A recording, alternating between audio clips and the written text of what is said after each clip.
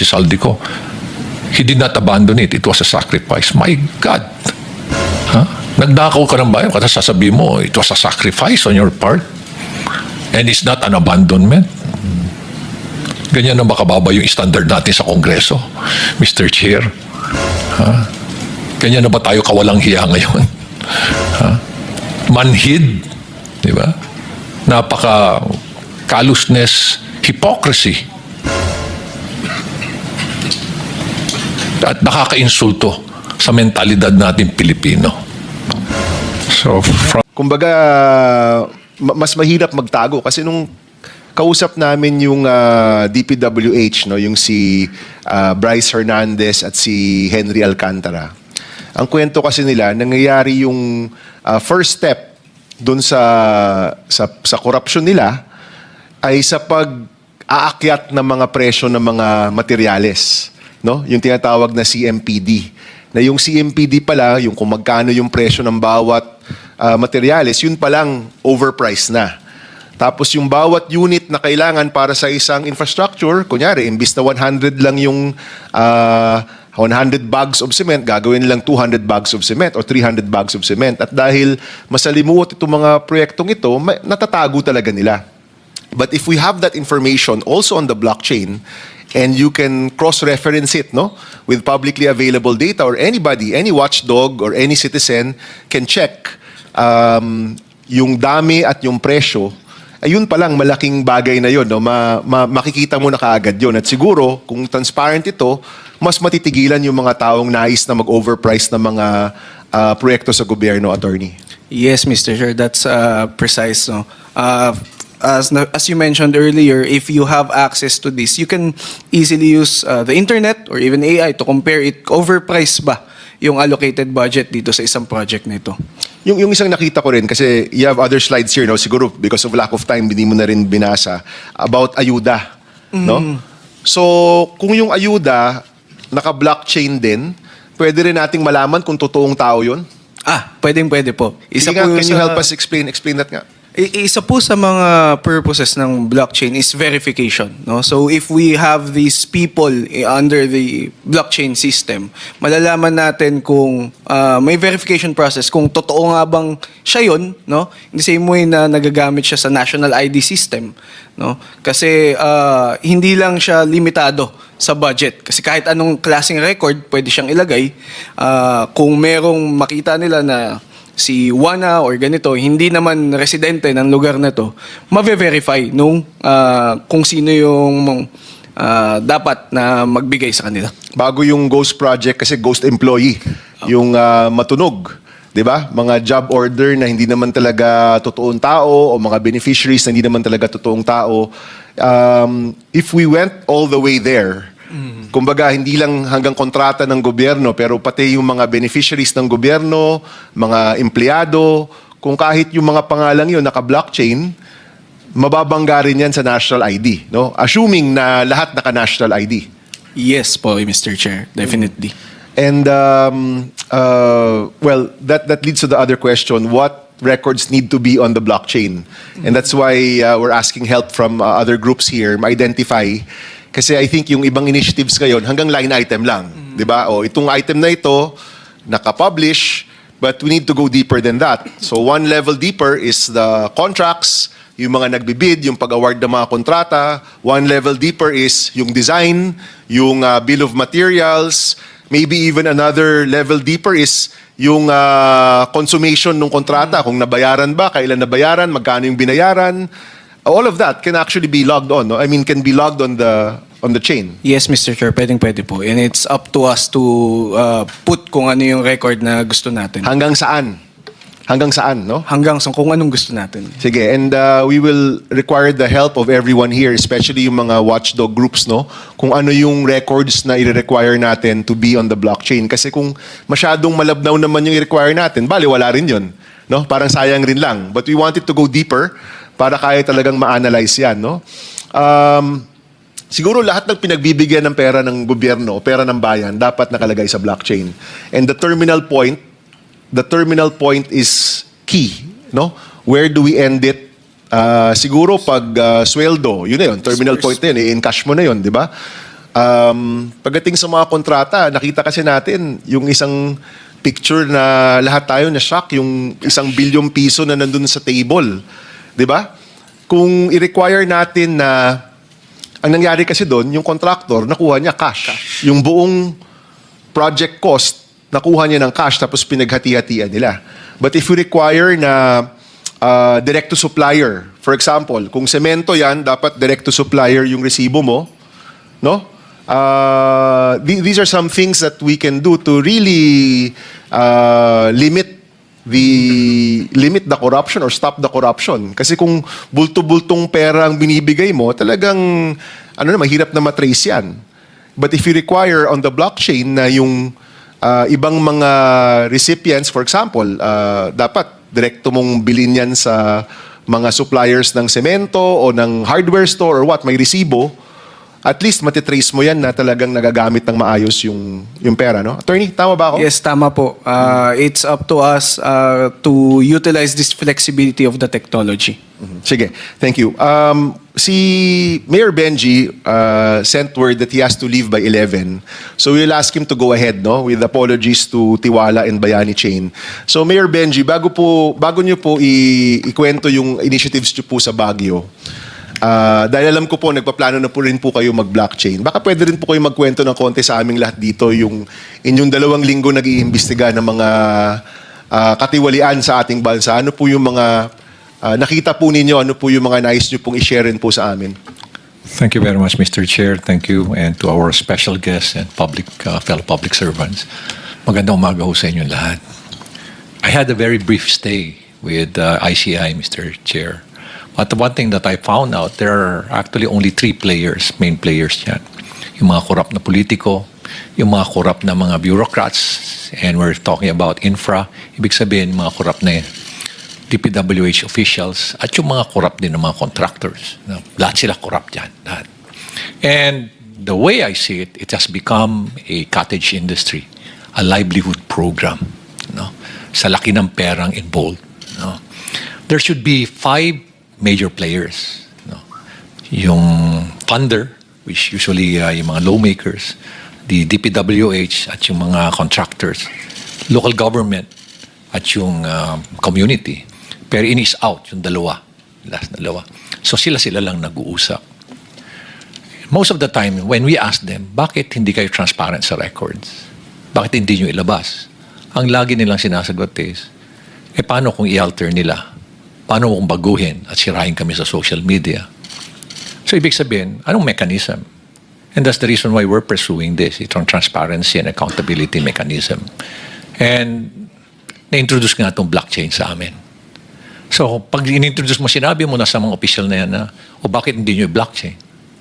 Wala na silang rason. Kasi very weak yung kanilang alibay. Nasabihin na, hindi namin gagawin yan kasi baka nakawin. O kaya baka i-alter kasi sirain pa kami. It's a very weak alibi, pero may rason pa rin sila. May lusot sila. I was really surprised when suddenly I was asked, or there was a press conference, without even consulting me, calling for me, and it was actually a hastily arranged press conference. Then suddenly, binabanggit na doon na, I'm not an investigator, I'm just a legal advisor, when in fact, sila naman ang gumawa nung designation na yun, legal advisor and investigator. So there were contrasting na mga pronouncement. Kakayanin ko pa yun tatanggapin ko pa yun tatanggapin ko rin na wala akong authority over the PNP CIDG, which is true. But we took the opportunity to enter into an MOU. Nakipag-MOU kami to our initiative.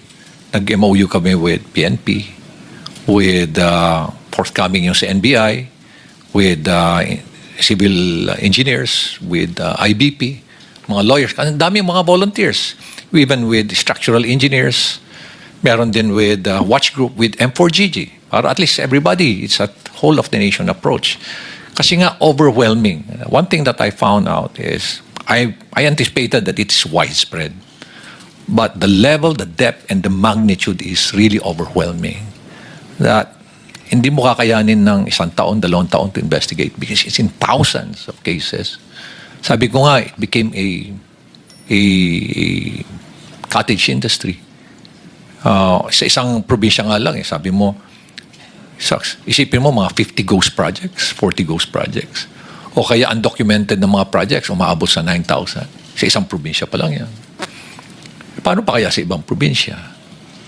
At ang isang mga nakikita namin doon is, why is it na ang lumalabas sa NEP for a particular district, 1-point-something million lang ang hinihingi mo? I have the records. Or 2.5 lang sa president's budget. Then suddenly, pagkalabas dun sa GA, bakit umabot na ng mga 21 billion? And nakita namin na talagang prevalent yung doon, yung mga ghost and substandard projects sa lugar na yun. So what was the intention? No? Hindi naman tayo tanga. Nangyayari dito, lumalabas na tanga ang Pilipino, kaya pabayaan mo na lang sila. Hindi na nila mapapansin yan. Nakakainsulto isipin. Nakakainsulto. Okay. Balikan ko uli yung press con na yan. Nilabas. And then, suddenly, tinabi na may conflict naman ako being the mayor and at the same time being a member of the ICI. By the way, I'm not a member of the commission. I'm not a commissioner there. In fact, sila nga yung gumawa ng workaround nun na legal advisor investigator. Pero inis out na ako doon eh. Tinanggal na nila lahat. And then suddenly, here comes a below the belt naman na accusation na ay dahil merong project si Discaya doon at maanumalyang tennis court. Ay, sobra na yan. Yun na hindi ko matake. Di ba? Parang pinapalabas mo pa na korap ako. Ay, yan na. Mag-aaway na tayo dyan. Ano? Sa unang-una, sabihin ko nga, kung bulok ba ako, lalabanan ko yung mga very powerful na tao dyan. Diba? You have to make sure that you have the moral ascendancy bago mo labanan yung mga tao. Otherwise, masisira ka din. So nonetheless, I think I struck a nerve. No? I don't like to, expound further. Basta I believe I struck a nerve or several nerves na they panic at kaya ganun ngayon nangyari. So, I would like to end yung aking experience dyan sa ICI. But one thing that I can say is that there's no transparency. There's no transparency whatsoever. Nakita namin yan ni Secretary Vince. Tinago lahat. No? And they are just so comfortable doing it. They're not afraid. Imagine, hindi man lang nila naisip na paano ang taong bayan. Nakakainsulto pa. At ito nga, lately nga, sinabi pa na yung involved na congressman dyan, si Saldico, he did not abandon it. It was a sacrifice. My God! Nagdakaw ka ng bayan, kasi sasabihin mo, it was a sacrifice on your part. And it's not an abandonment. Ganyan na ba kababa yung standard natin sa Kongreso, Mr. Chair? Ganyan na ba tayo kawalang hiya ngayon? Manhid, di ba? Napaka callousness, hypocrisy. At nakakainsulto sa mentalidad natin Pilipino. So from there, Mr. Chair, please allow me to read my position paper on why we're pursuing this blockchain initiative. Go ahead. This will just take about 5 minutes, Mr. Chair. Thank you for inviting me to share my perspective as a local chief executive and as someone who has consistently advocated for transparency, accountability, and integrity in public service. The core of our initiative is simple. The entire country has been in the public eye, nationally and globally, in another corruption scandal. Now, I would like to emphasize the word another, paulit-ulit, because it reflects how often we find ourselves repeating this painful cycle and how deeply rooted corruption is in our country today. It's structural, it's systemic, it's highly syndicated and well-organized, Mr. Chair. Tama na. Enough is enough. Every Filipino deserves systems that are not only efficient, but also inherently trustworthy. And with that, trust must be built on systems I would like to emphasize that trust is the cornerstone of any institution. Baguio City has made deliberate steps to use digital tools to strengthen its governance and enhance public trust. And as part of our commitment to the open government partnership, I would like to inform you, Mr. Chair, that in the entire world, there are only about 160 local government units who are members of that OGP. It's a global network wherein follows a basic principle that local government that practices transparency, accountability, and strong citizens' participation are more progressive in terms of growth and development. And that's the reason why us, for Baguio City, we're a member of that. We strive to be a member of that. And in the entire country, out of the 1,400, almost 1,500 local government units, there are only 4 who joined the OGP. Hindi kami natatakot. Why? Sa transparency. Kung wala kang ginagawang mali, hindi ka dapat matakot. And that's why we're pursuing an open government policy. We're now partnering with Bayani Chain. Nakita niyo ho itong mga napakabatang bata. Itong dalawa. Yan si Jello at si Alfred and Paul and the rest of the team. They approached me. We piggyback dun ho sa DBM para hindi ho kami gumastos. And one thing we told them is, make us as your value chain. Pag sinabi niyong Baguio City, then maraming local government na mag-strive also at, This partnership aims to strengthen public accountability, provide permanent audit trails, and promote participatory governance. And we are going to go live 2 weeks from now, magkakaroon na ho kami or next week, magkakaroon na ho kami ng capacity building today, and we go live on October 15. Yes. Mayor, how long was the process from sinimulan niyo yung partnership till mag-go live po kayo? Almost 1 month, Mr. Chair. Only 1 month? Yes, Mr. Chair. Wow. Kasi yung titingnan mo, from a very layman's perspective, madali lang ho lahat eh. Ang pinakamahirap po is, yung mindset na, are you willing to open to be transparent, to be to open your data, all this critical information, program of work, bill of quantities, contract, yung bid documents. Yung mga yan, yung mga critical na mga designs, yung binanggit nyo kanina, technical plans, are you willing to open it up? Us in the city of Baguio, we're very much willing. With their platform, we will work on digitally recording infrastructure documents, procurement records, and the city's ordinance for permanent traceability and auditability. So lahat, Mr. Secretary, as long as it does not violate the Data Privacy Act, we're going to open it. Why blockchain technology? Because it addresses weaknesses that traditional systems cannot. And I believe this is aptly and adequately explained by the 2 other presenters.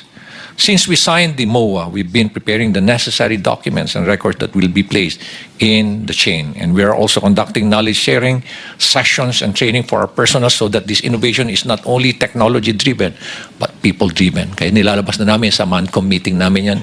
And we are coming up also with pronouncements sa aming posts sa social media. And as I've said, both DBM and DICT started using blockchain technology in 2024. Nagpipigibak lang ho kami kay Secretary Mina Pangandaman. Thank you very much, DBM. Yeah. And thank you very much for filing the bill, Mr. Chair. Thank you very much for filing Bill 1330. All these efforts show that we are not waiting for the future. And these are early steps, but they carry a very strong message. We're beginning to embed blockchain into systems because good governance should never be an exception. It should always be a way of life. So maraming salamat po, Mr. Chair. Thank you, Mayor Benji. I know we'll be seeing you soon, maybe in another setting here in the Senate. Salamat po. I wish you all the best at sana po ituloy niyo yung investigasyon ninyo even outside of the ICI. Maraming salamat po. Maraming salamat. Thank you. 1 month. Totoo ba yun, Bayani Chain? Where's Bayani Chain? Mr. Wong. Mr. Chair, yeah. Before Tiwala, before si Attorney Third, no, is a good friend also. Sige nga, Mr. Wong.